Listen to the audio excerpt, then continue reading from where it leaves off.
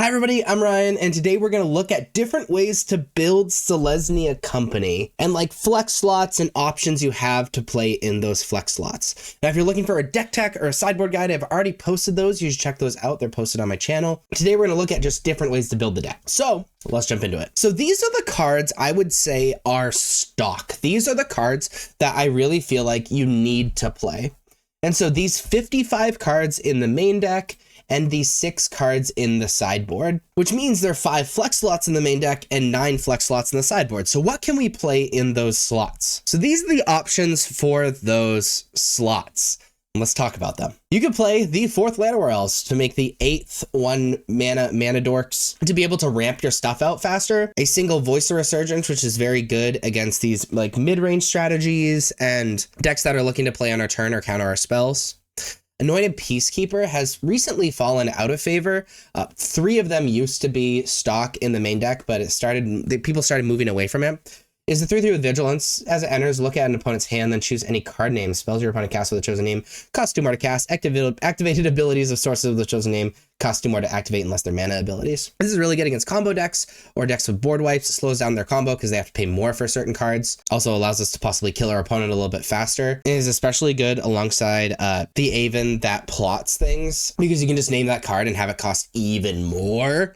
Outside of it, Eldrazi Displacer is an interesting card. It's a 3 mana 3/3 with the Void, and we can pay 3 mana, one of those mana being a waste mana to exile another target creature, then return to the battlefield tapped under its owner's control. This is very good alongside all of the enter the battlefield effects in the deck, especially alongside, again, that Aven.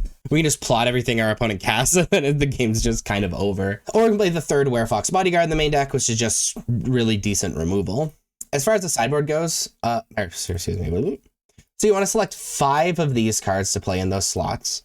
And as far as the sideboard goes, we have 16 cards we could play in 9 slots. You play the 3rd Portable Hole, which is very good against these aggressive decks. A Cathar Commando, which is artifact and enchantment hate that you can grab off of Collected Company. It's also decently sized for a 2 mana creature. 2 Anointed Peacekeeper. Again, you'd play it in the sideboard for the same reasons you might play 3 in the main deck. Brutal Cathar, if you want more removal. Elite Spellbinder is a really interesting card. It's a 3 mana 3/1 flying. When it enters, look at the target opponent's hand. You may exile a non-land card from it. For as long as the card remains exiled, the owner may play it. A spell cast this way costs 2 more to cast. So this is more hate out of our opponent's hand, just like a hate bear card, but it's also really good, again, alongside Anointed Peacekeeper. We can make it cost even more, and it's extra good alongside, where's the card? Aven Interrupter. Because Aven Interrupter says spells your opponent casts from graveyards or exile costs 2 more to cast. So if we have an Aven Interrupter on the battlefield, we cast Elite Spellbinder, that card that is exiled from our opponent's hands now costs 4 to cast, or 4 more if we actually exiled it with Elite Spellbinder. Werefox Bodyguard, again, more removal. Gideon Ally of Zendikar is very good if we are playing against a lot of control or against a lot of mid-range that we just need value against. Similar thing to the Wandering Emperor, especially since we can play it on our opponent's turn and threaten Wandering Emperor and Collected Company on our opponent's turn. It's also decent against these aggressive decks because exiling tap creature gain 2 life. Back to Nature, I feel is a little redundant because I think this deck has a really good matchup against Enigmatic already as an Enigmatic player myself, but it's just really, really good against the Enigmatic deck, destroy all enchantments, also has some corner case applications to some tier 3 decks. Dromoka's Command is 2 mana instant, choose 2, prevent all damage target instant sorcery spell would deal this turn, target player sacrifices an enchantment of their choice, put a +1/+1 counter on a target creature, or a target creature you control fights a target creature you don't control.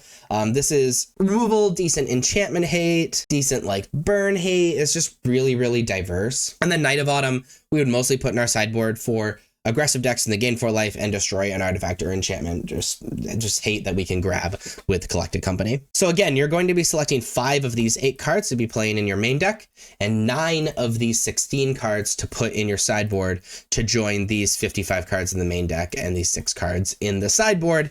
And then you have built your customized Selesnya Company deck. So if you like this video, please be sure to like and subscribe. Check me out on social medias. Links are above me and in the description. Thank you so much for watching. I'll see you next time. Bye-bye.